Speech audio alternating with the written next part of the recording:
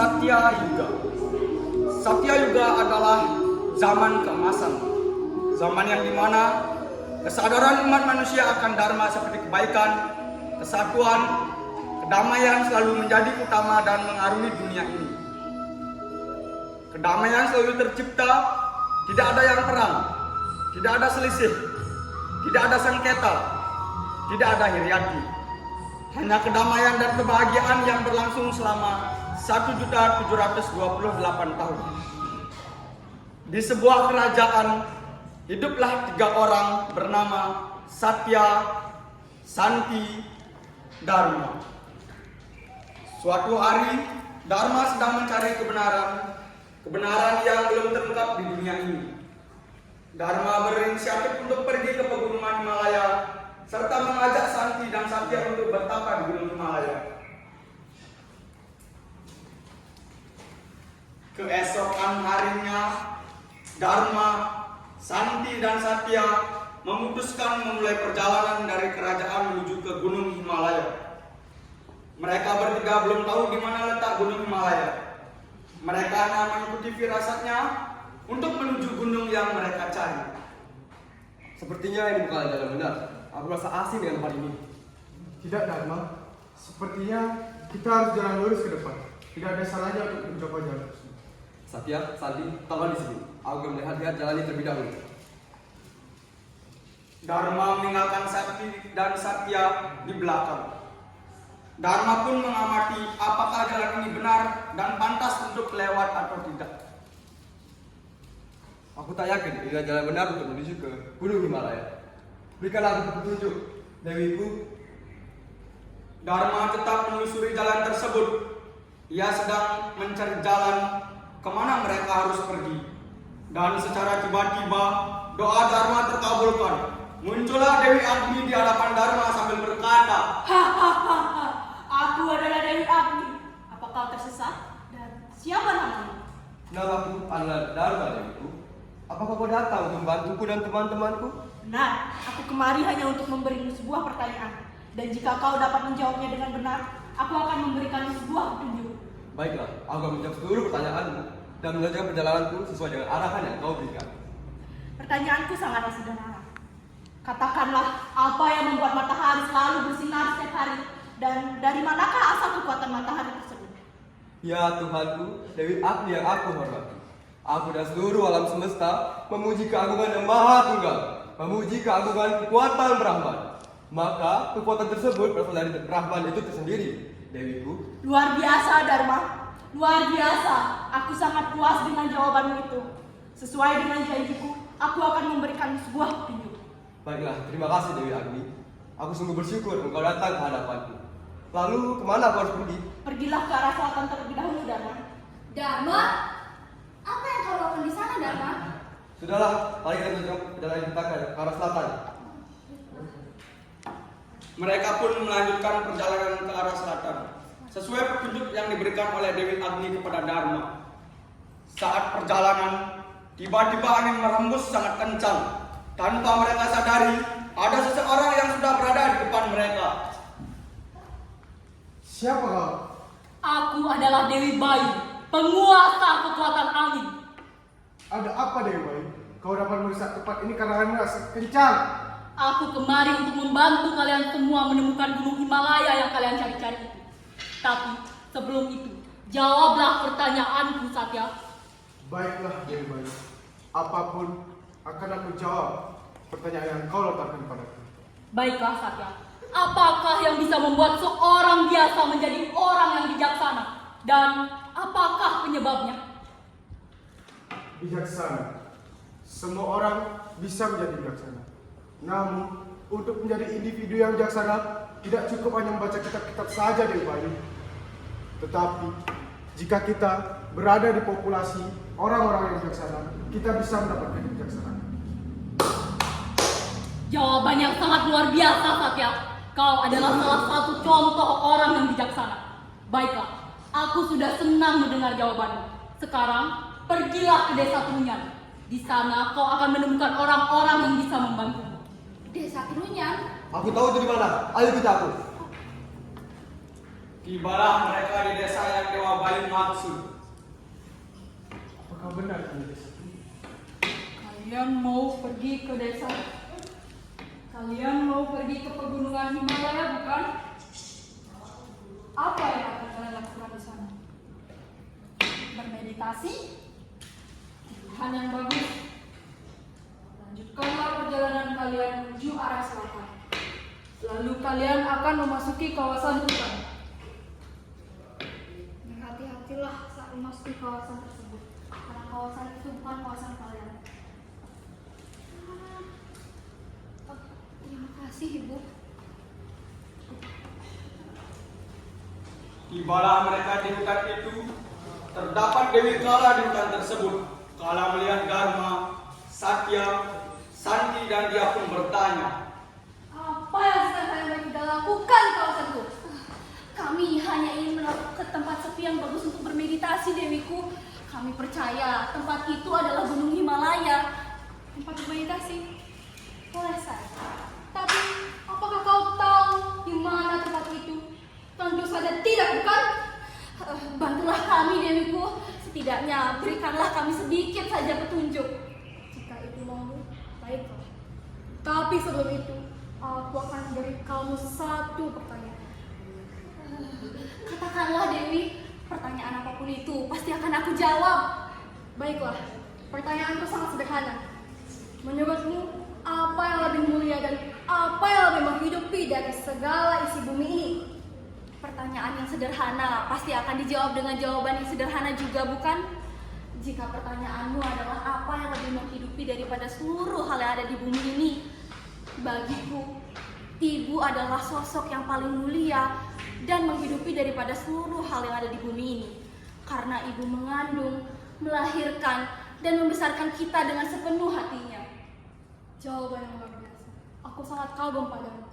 Baiklah, pergilah ke arah timur dan kalian akan menemukan tempat yang kalian cari. Terima kasih, Dewiku. Terima kasih banyak, Dewi Kala.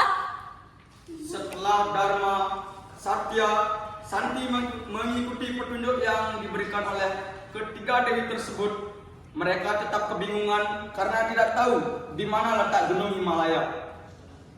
Datanglah seorang wanita yang tidak diketahui identitasnya. Ia berkata, Kamu kebingungan mencari Gunung Himalaya? Iya, Bu. Kamu sudah berada di kawasan Gunung Himalaya. Kalian lurus sedikit, kira-kira 500 meter lagi. Lalu dakilah gunung tersebut sampai kalian menemukan gua yang sangat besar. Gua itu adalah tempat yang tepat untuk bermeditasi. Baiklah, Bu. Terima kasih. sesampainya Dharma, Satya, Santi di tempat bermeditasi tempatnya di Gunung Himalaya. Mereka mencari goa yang tepat untuk mulai bertapa dan mencari kebenaran-kebenaran yang belum terungkap. Melewati wahyu Tuhan yang diberikan secara lisan saat bertapa.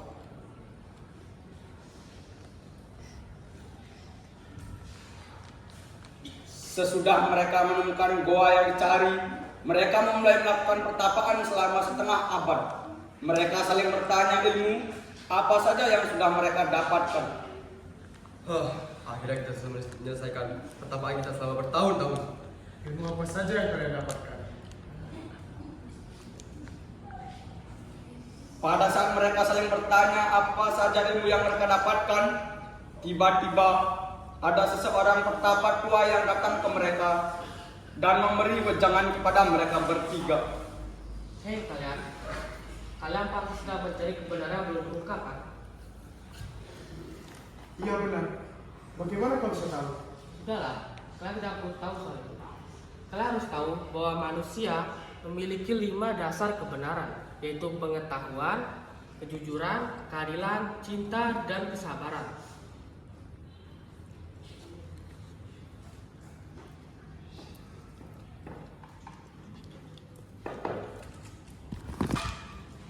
Seiring berjalannya peradaban dunia, zaman Satya Yuga tergantikan oleh zaman Treta Yuga. Treta Yuga yang merupakan zaman kedua setelah zaman Satya Yuga, yang dimana mereka mengamali catur guru yang terdiri dari guru rupake, guru pengajian, guru wisese, dan guru swadhyaya.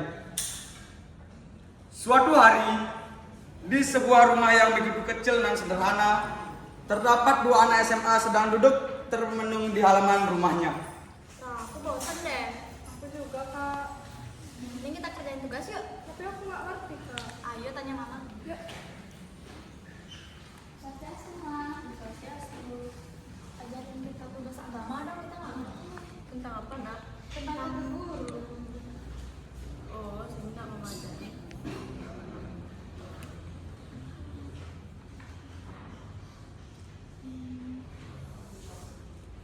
Keesokan harinya, mereka bergegas berangkat ke sekolah.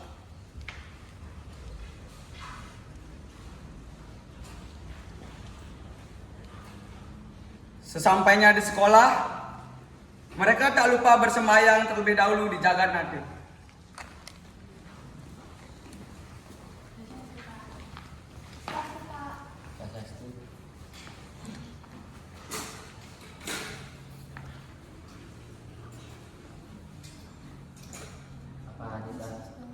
Apa adik sudah siap? Sudah, Kak. Sekarang kita ikut ya, kita mulai persembahyangan.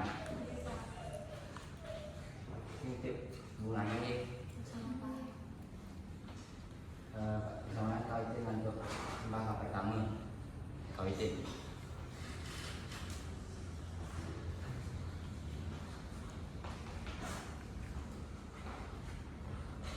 Sama persembahyangan sama ukur nih, makin nasib tuh.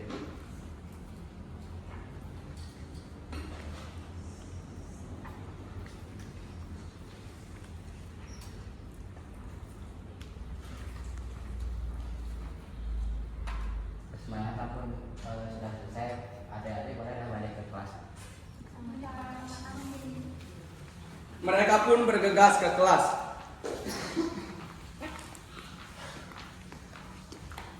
Pagi Rara, pagi Jasa. Pagi Risma. Halo bro,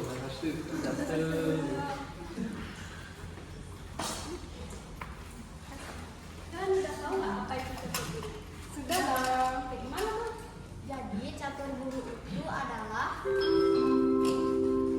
Mohon perhatian, bel tanda masuk sudah berbunyi.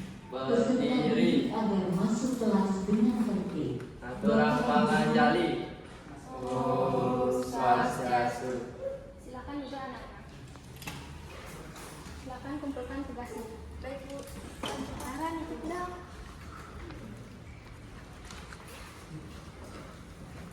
Ini Bu, terima kasih ya Rara. Iya. Untuk selanjutnya kita melanjutkan materi minggu lalu, yaitu catur guru. Sekarang siapa yang bisa menyebutkan apa itu catur guru? Saya Bu. Catur guru adalah 4 guru yang harus kita hormati. Baik, bagus sekali Risma. Sekarang siapa yang bisa menyebutkan bagian-bagian dari catur guru? Ya bu, Anis. yang pertama guru waktu, yang kedua guru pengajian, yang ketiga guru sisi, yang keempat guru swadhyaya. Bagus sekali Aris. Sekarang siapa yang bisa menjelaskan apa itu catur guru? Saya Bu. Jadi catur guru itu ada 4. Yang pertama itu adalah guru rupake, yang artinya orang tua yang membimbing dan mengajarkan kita dari kecil hingga dewasa. Kemudian yang kedua itu adalah guru pengajian, yang artinya adalah guru yang mengajarkan dan membimbing kita di sekolah. Baik, bagus sekali Rara. Ada yang bisa menambahkan? Saya Bu. Jadi yang ketiga ada guru wisese. Guru wisese merupakan pemimpin atau pemerintah yang mengurus pemerintah. Jadi guru wisese contohnya seperti polisi dan lain-lain. Guru swadhyaya merupakan sebutan ide Sang Widi. Jadi ialah yang menguasai alam semesta. Baik, bagus sekali Nana dan Rara. Terima kasih. Selanjutnya, silakan belajar masing-masing. Ikut tinggalkan ya. Baik, Bu.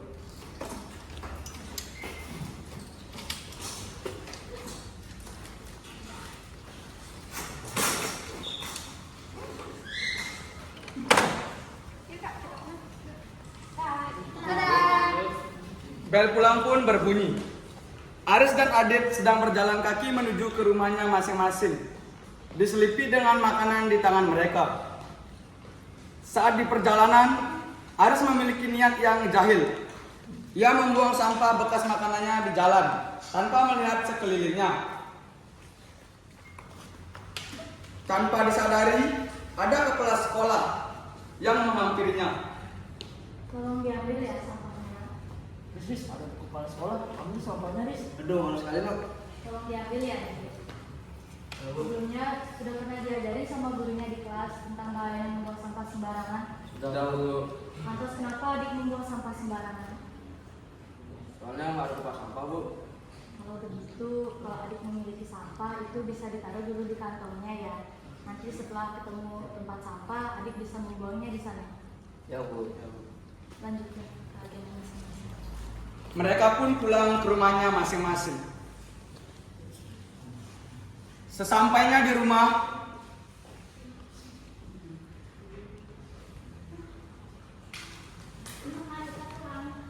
Wah, gimana tadi pelajaran di sekolah? Seru banget, Man. Wah, kalian ngapain aja di sekolah? Panjang ya ceritanya. Kita ganti baju dulu ya, Ma? Iya, Ma. Bye-bye. Ya, istirahat ya, Nak. Ya, Ma. mereka pun beristirahat.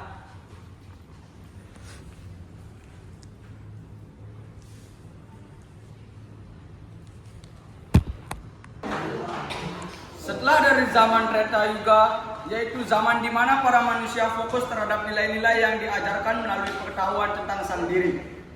Peradaban terus berkembang sampai pada akhirnya memasuki zaman dua para yuga, di mana pada zaman ini banyak orang yang mengalami kesusahan, dan pada akhirnya terlepas dari kesusahan dengan cara melakukan persembahan atau kurban.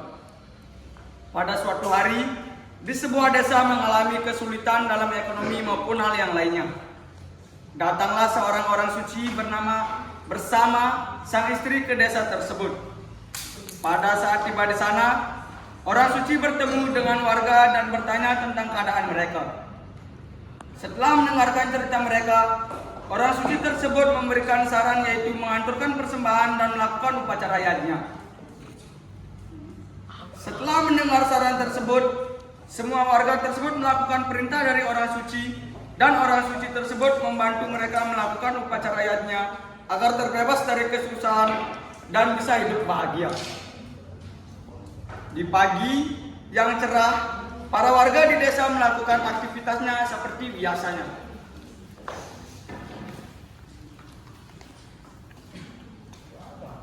Para warga berkumpul sambil membawa makanannya. Hai Keisha, hai Nadine. Kalian ada dari sini sama kita sambil makan bersama. Kalian bawa makanan apa hari ini? Aku sih bawa ini ya. Wah, enak tuh. Anggra Dani sama Alia bawa apa? Kita cuma bawa ini aja, Bu. Kalau Keisha bawa apa? Aku juga cuma bawa ini aja. Wih, banyak banget Bu.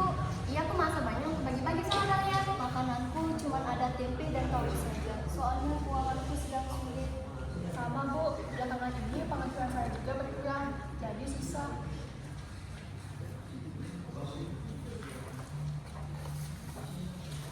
Pada saat mereka sedang makan bersama, datanglah Paundra yang membawa makanan untuk ternaknya. Pak Paundra, tempat ternak. Ya nih ibu-ibu, saya untuk tempat ternak memberi hewan-hewan saya makanan.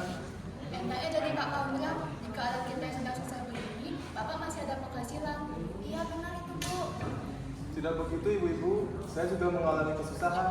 Jika saya tidak memberikan hewan-hewan saya makan, maka saya tidak bisa menjual hewan-hewan saya. Benar juga itu Bu. Mari ibu, saya duluan. Iya Pak. Setelah makan bersama, akhirnya ibu-ibu desa kembali pulang ke rumah masing-masing.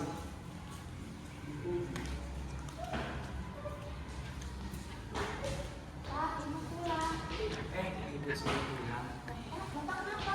Jadi gini Bu, Bapak kepikiran tentang keuangan keluarga kita Bu, sangat terbatas. Jangankan untuk kebutuhan pagi, untuk kebutuhan makan saja kita susah jika hanya mengandalkan ini. Mau gimana lagi Pak? Nanti kita cari jalan keluarnya bareng-bareng ya. Iya Bu. Paundra pun memberi makanan kepada hewannya dan disusuli oleh Eka. Pak, ini saya bawakan makanan untuk Bapak. Makasih ya bu. Bapak kenapa? Hewan ternak kita kurus-kurus bu. Bapak sudah tidak sanggup lagi memberikan mereka makanan. Bapak yang sabar ya, semua pasti ada jalan keluarnya. Kita makan dulu yuk. Baik bu. Setelah itu, Warga seperti biasa menyapu halaman rumah dan lain-lain.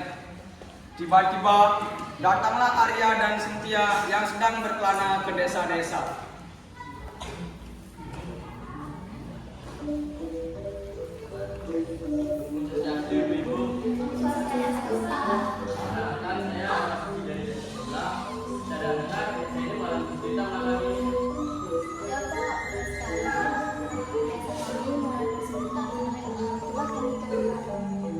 Apakah kalian bisa menceritakan awal mula mengalami sudah?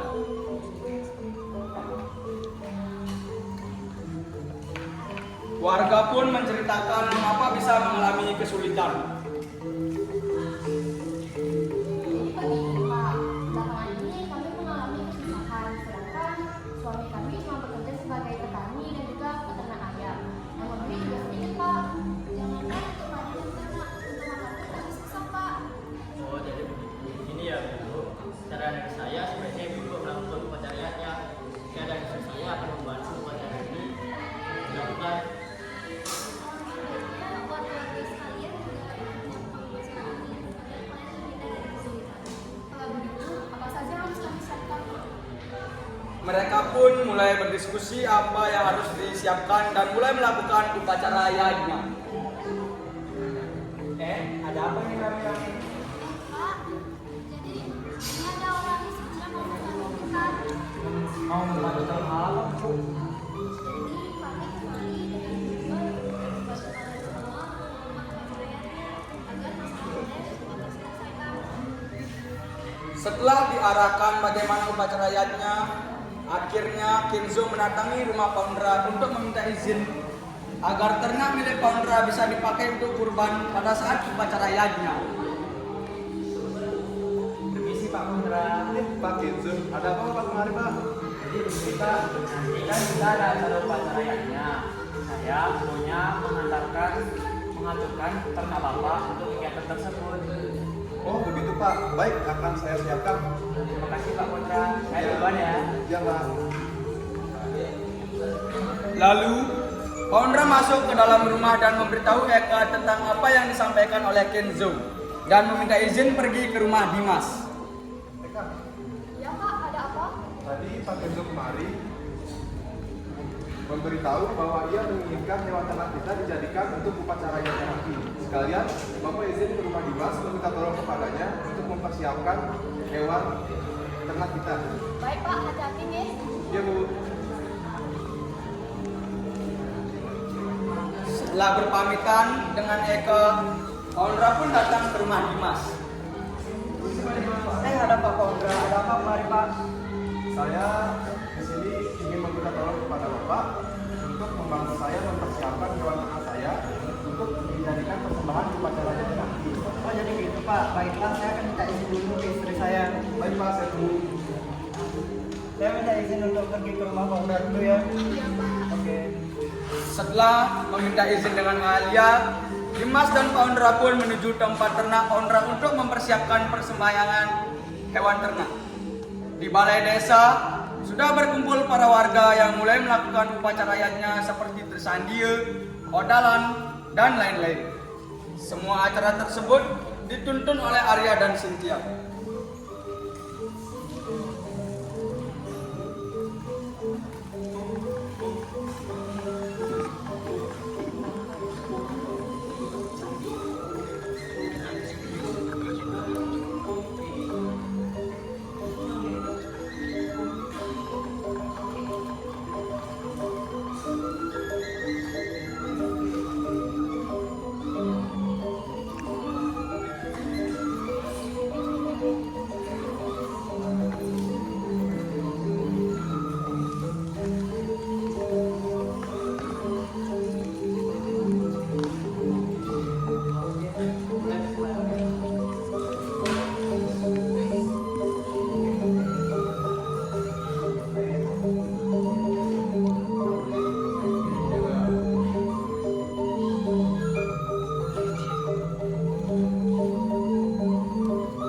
Setelah melakukan upacara yajna, meminta kerakuan agar diberikan kemakmuran, kebahagiaan, dan kesejahteraan, akhirnya hari yang ditunggu-tunggu tiba. Di desa tersebut mulai makmur, padi tumbuh subur, makanan untuk ternak mulai banyak, dan mereka mendapatkan penghasilan yang banyak.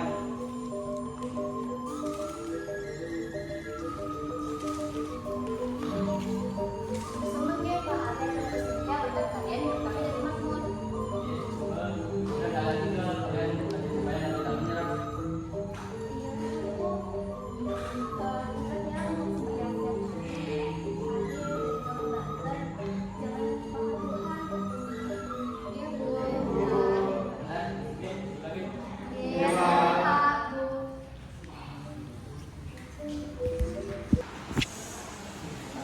Setelah menempuh banyaknya zaman, sekarang masuklah zaman terakhir yaitu zaman Kaliuga.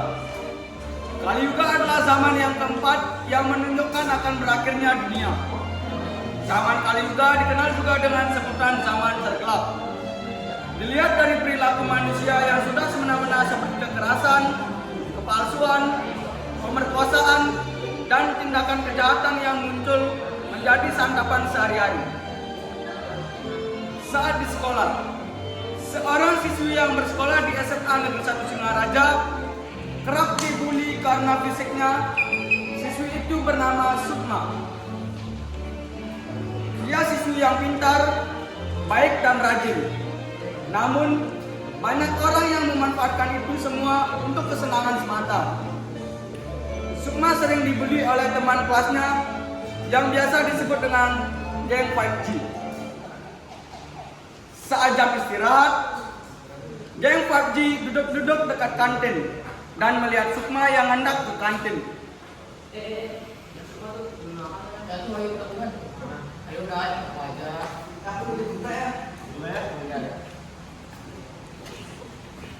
Hai cantik, mau kemana? Kalian mau apa? Woi Sukma, beliin aku dan teman-temanku makanan, cepat. Ya aku nggak ada uang buat belikan kalian makanan. Alah banyak alasan tuh dompetnya, sini dompetnya. Jangan, dia aku belikan makanan. Nah gitu dong dari tadi, ribet banget lo. Sukma pun membelikan makanan untuk geng 5G tersebut dan mengantarkan ke mereka.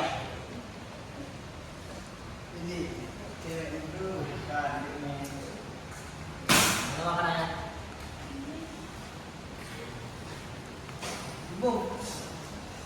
Sukma pun langsung meninggalkan mereka setelah mengantarkan makanan tersebut, dan Sukma menangis di kelas.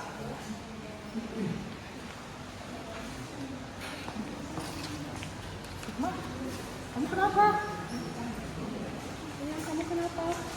Nggak apa-apa kok, cuma tadi ada masalah aja di luar. Bohong. Kamu pasti dibully kan sama geng 5G sampah itu? Enggak kok. Yaudah, nggak usah marah-marah gitu namanya. Nih, minum dulu. Kan bentar lagi juga pulang. Sukma pun minum air dan merasa lebih tenang. Saat pulang sekolah, Sukma berjalan kaki sendiri dan geng 5G melihatnya. Ada Sukma tuh.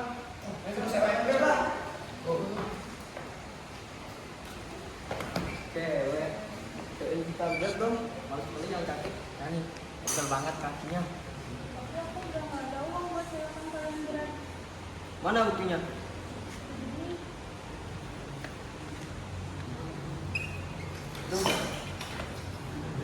Entah dari mana, pikiran mereka datang seperti petir yang menyambar mereka memiliki pikiran yang membuat ingin melecehkan Sukma. Boleh juga nih. Enaknya mulai dari mana nih?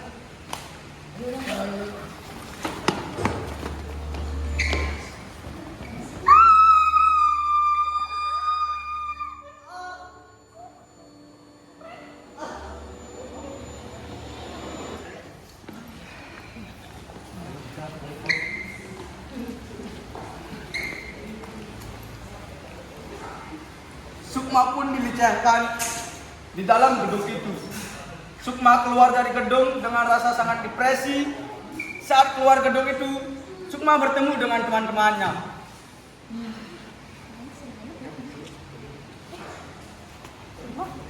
Kamu kok kelihatan capek dan lemes banget sih? Iya, kamu kenapa? Ini? Oh, tadi dilecehkan sama geng 5G itu. Gak mungkin. Gak. Bohong. Gak mungkin kan mereka berani ngelakuin hal kayak gitu. Gak mungkin lah. Dengan keadaan marah dan kesal kepada geng 5G, Fitri dan Lasmi menghampiri geng 5G ke markasnya, dan di tengah perjalanan Fitri dan Lasmi bertemu dengan Triwayu dan Kartika. Kalian mau kemana? Enggak, kita mau kemana-mana kok. Ya. Kok mereka aneh banget ya? Brengsek, kalian ngapain coba? Gak ada kita ngapa-ngapain. Jangan bohong ya kalian. Aduh, emang bener kita gak ada ngapa-ngapain? Jawab yang benar. Jangan yang kalian Datang ini ikut. bajingan ini nggak nyusuk pak. Apa? Kenapa kalian berani ngelakuin hal sebejat ini? Hal bejat itu kalian bilang bercanda, mikir lo anjing. Apa? Hal sebodoh ini kalian nggak bisa bedain ini bercandaan atau bukan? Kalian pernah mikir nggak sih kalau ini tuh ngerugiin diri kalian? Sekolah sama orang tua kalian juga bakal kecewa sama kalian. Yang rugi kita kenapa kalian sewot? Ini nih, cewek sok pinter. Ingat ya satu hal, apapun yang kalian jalani itu pun yang bakal kalian tuai. Ah, pulang ya bro. Malas gue udah ngerocam kayak gini. Ah asik, anak mama pulang duluan. Guntur tiba-tiba terdengar kencang. Wah, mendung nih. Gelap langitnya. Yuk kita pulang. Petir menyambar, geng 5G terkejut.